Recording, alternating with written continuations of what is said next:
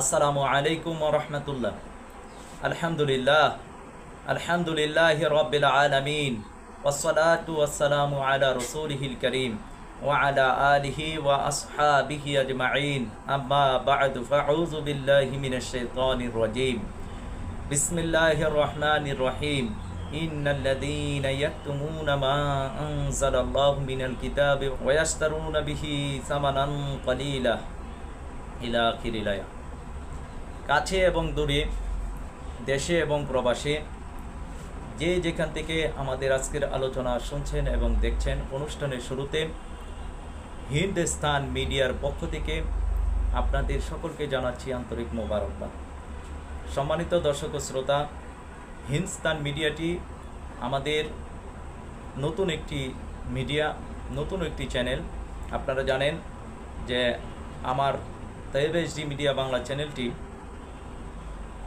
India government block করে দিয়েছে, যার কারণে আমাকে আরেকটি নতুন চ্যানেল খুলতে হচ্ছে, কারণ যে কোনো সময় আমার চ্যানেলটি বন্ধ হয়ে যেতে পারে। এজন্য এই চ্যানেলটি আপনারা বেশি বেশি করে সাবস্ক্রাইব করবেন এবং বেশি বেশি করে লাইক, কমেন্ট, শেয়ার দিয়ে পাশে থাকবেন, আশা করি দিন প্রচারের স্বার্থে। সম্মানিত দর্শক ও শ্রোতা, আমাদের আজকের আলোচনার বিষয়বস্তু হচ্ছে বর্তমান সময়ের আলেমদের ব্যাপারে হাদিস কি বলে, জানলে গা শিহরে উঠবে। কিন্তু কেন? আপনারা অনেক সময় জানেন যে অনেক সময় আমরা প্রথভ্রষ্ট আলেমদের ব্যাপারে আপনাদেরকে সতর্ক করি।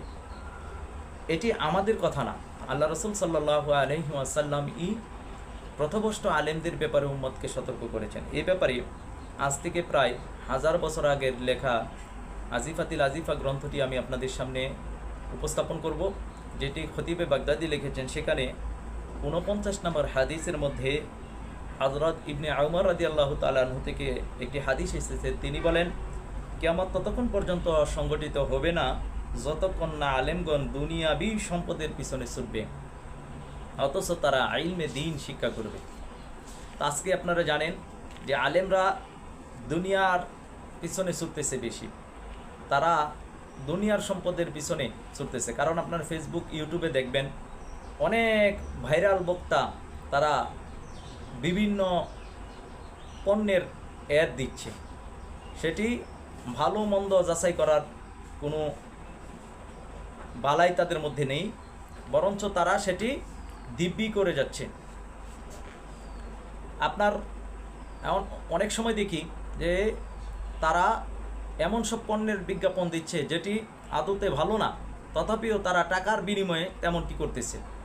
তো এই ব্যাপারে সতর্ক হওয়ার দরকার। তারা কিন্তু দুনিয়ার টাকা পয়সার দিকে ছুটছে, দুনিয়াদার হয়ে গেছে, দুনিয়াবির পিছনে তারা ছুটতেছে।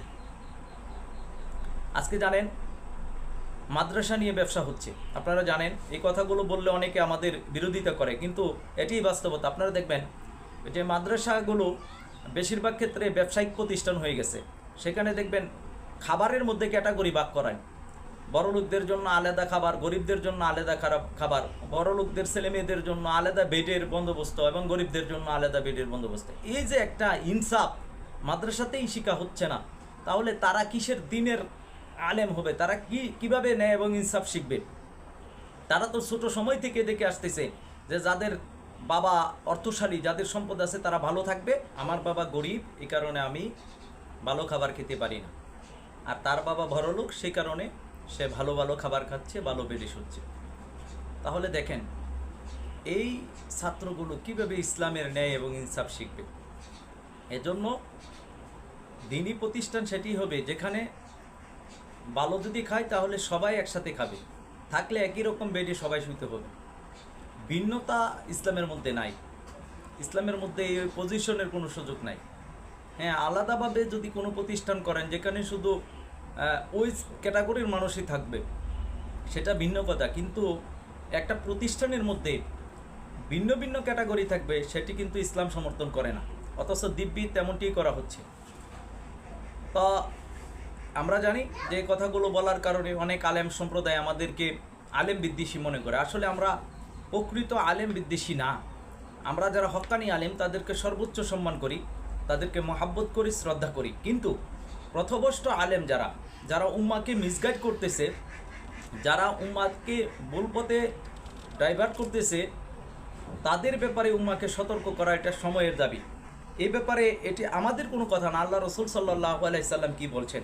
50 নম্বর হাদিসটি যদি দেখেন, সেখানে দেখবেন হযরত আব্দুল্লাহ ইবনে ওমর রাদিয়াল্লাহু তাআলা আনহু থেকে বর্ণিত, তিনি বলেন রাসূল সাল্লাল্লাহু আলাইহি ওয়াসাল্লাম বলেছেন, শেষ জামানায় প্রথমষ্ট আলেমদের সংখ্যা বৃদ্ধি পাবে এবং তাদের গাড়ে অনেক গুস্ত হবে, তাদের পেট উঁচু হবে, দুনিয়ার সামান্য স্বার্থের বিনিময়ে তারা দিন বিক্রি করবে, আর তারাই হলো দাজ্জাল। আল্লাহ রসুল সাল্লাল্লাহু আলাইহি সাল্লাম তাদেরকে দাজ্জাল বলেছে এবং তাদের চিনার আলামত বলছে যে তাদের ঘাড়ে অনেক গুস্ত হবে, গাড় মোটা থাকবে এবং বুড়ি বড় থাকবে। কারণ প্রকৃত দায়ী যিনি, প্রকৃত আলেম যিনি, তিনি কখনো এইরকম হবে না। খাবারের ক্ষেত্রে সে সচেতন হবে, চলাফেরার ক্ষেত্রে সতর্ক হবে, ইসলামী অনুশাসন মেনে চলবে। আপনার আজকে আমরা যে আলেমদের কথা বলতেছি তারা প্রথমষ্ট আলেম, তাদের সংখ্যাই থাকবে অধিক, আর তারা আল্লাহ রসুল সাল্লাল্লাহু আলাইহি সাল্লাম তাদেরকে মিথ্যাবাদী, আল্লাহ রসুল তাদেরকে দাজ্জাল বলেছেন। তারা পার্থিব স্বার্থে দুনিয়াকে বিক্রি করবে। আপনারা জানেন যে এই দেশে তথাকথিত এই নামদারি আলেমদের আমরা দেখেছি, যারা আপনার স্বৈরশাসককে কৌমি জননী, কৌমি উপাধি পর্যন্ত দিয়েছে। তারা দুনিয়ার স্বার্থে এই তাগুত সরকারকে, তৎকালীন স্বৈরশাসককে, এ তথাকথিত নামদারি আলেমদের মধ্য থেকে কেউ কেউ সাপোর্ট দিত, তাকে আল্লাহর ওলি হিসেবে প্রচার করত, শেখ ফরিদের বংশধর হিসেবে প্রমাণ করত। এই যে মিথ্যাচার, এই যে দালালি, এইগুলো কারণেই আজকে মুসলিম উম্মাহ সঠিক আলেমদের মূল্যায়ন করে না, সঠিক আলেমদেরকে চিনে না, বুঝে না। আরেকটি হাদিস যদি আমি আপনাদের সামনে উপস্থাপন করি, হযরত আনাস রাদিয়াল্লাহু তাআলা আনহু থেকে বর্ণিত, তিনি বলেন, কিয়ামত সংগঠিত হবে না যতক্ষণ না আলেমরা দুনিয়ার সম্পদের পিছনে ছুটবে অথচ তারা দ্বীনের ইলম শিক্ষা করবে। আরেকটি হাদিস দেখেন, 56 নম্বর হাদিস, হযরত আবু হুরায়রা রাদিয়াল্লাহু তাআলা আনহু থেকে বর্ণিত, তিনি বলেন রাসূল সাল্লাল্লাহু আলাইহি সাল্লাম বলেছেন, শেষ জামানায় প্রথমষ্ট আলেমদের সংখ্যা বৃদ্ধি পাবে আর তারা হবে সৃষ্টির মধ্যে নিকৃষ্ট। আল্লাহ রাসূল সাল্লাল্লাহু আলাইহি ওয়াসাল্লাম বলছেন যে তারা সৃষ্টির মধ্যে নিকৃষ্ট। আমরা যাদেরকে আলেম হিসেবে সম্মান করি তাদেরকে আল্লাহ রসুল সাল্লাল্লাহু আলাইহি সাল্লাম, সেই সমস্ত প্রথমষ্ট আলেমদেরকে আল্লাহ রসুল সাল্লাল্লাহু আলাইহি ওয়াসাল্লাম নিকৃষ্ট বলেছেন। এজন্য আমি পবিত্র কুরআনুল কারীমের একটি আয়াত আপনাদের সামনে তেলাওয়াত করেছি। সূরা বাকারার 174 নম্বর আয়াতে কারিমার মধ্যে আল্লাহ সুবহানাহু ওয়া তাআলা বলছেন, ইন্নাল্লাযীনা ইয়াকতুমুনা মা আনজালাল্লাহু মিনাল কিতাবি ওয়া ইয়াশতারুনা বিহি সামানান কলিলা। আর যারা আল্লাহ যা নাজিল করেছে আর যারা তা গোপন করে এবং স্বল্প মূল্যে বিক্রি করে, আল্লাহ তাআলা তাদের ব্যাপারে বলতেছেন, উলাইকা মা ইয়াকুলুনা ফি বুতুনিহিম ইল্লান নার, তারা যেন তাদের পেটে জাহান্নামের অগ্নি ভর্তি করতেছে।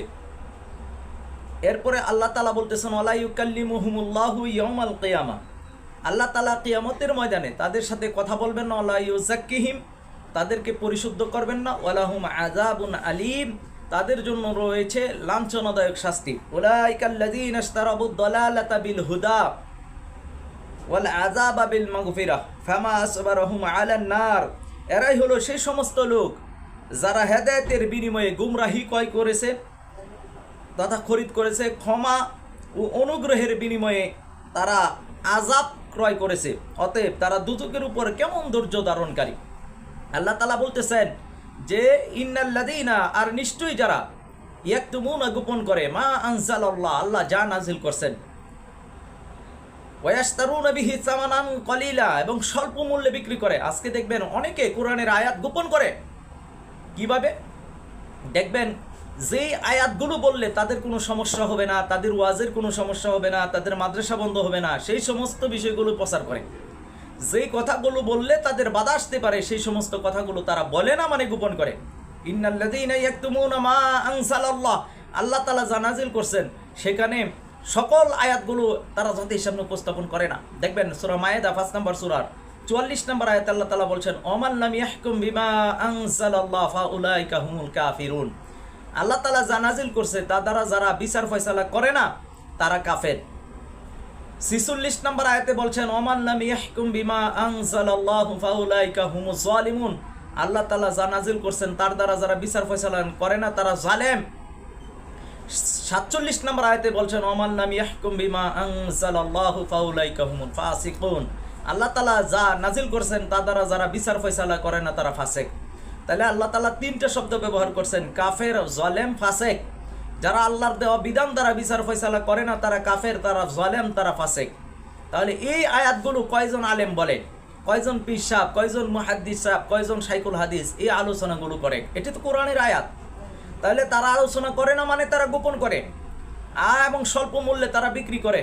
তারা দুনিয়ার পার্থিব স্বার্থে তারা দিনকে বিক্রি করে দেয়। তারা এক সময় বলে নাস্তিক, আরেক সময় বলে আস্তিক। এক সময় বিদ্রোহ করে, আরেক সময় হাতে হাত মিলা। তারা এক সময় স্বৈরশাসকের বিরুদ্ধে, এক সময় আবার পদ পদবি পাওয়ার পরে স্বৈরশাসককে কওমি জননী উপাধি দিয়ে দেয়। তারা প্রধান এক সময় গ্র্যান্ড মুফতি, আরেক সময় উদাও হয়ে যা, হাওয়া হয়ে যা। তারা দালালি করেছিল। এই সমস্ত আলেমগুলো দুনিয়ার পিছনে ছুটতেছে। তাদের ব্যাপারে আল্লাহ রসুল সাল্লাল্লাহু আলাইহি ওয়াসাল্লাম হাদিসের মধ্যে কি বলেছেন আমরা দ্বিতীয় পর্বে আপনাদের সামনে আরও গুরুত্বপূর্ণ হাদিস উপস্থাপন করব ইনশাল্লাহ। আমাদের পরবর্তী পর্বটি আপনারা দেখবেন, তাহলে স্পষ্ট হয়ে যাবে যে এই পথভ্রষ্ট আলেমরা উম্মার জন্য কত ভয়ঙ্কর এবং কত ক্ষতিকারক। আল্লাহ তাআলা আমাদেরকে এই সমস্ত জাহেল, পথভ্রষ্ট, গুমরাহী আলেমদের হাত থেকে হেফাজত করুন।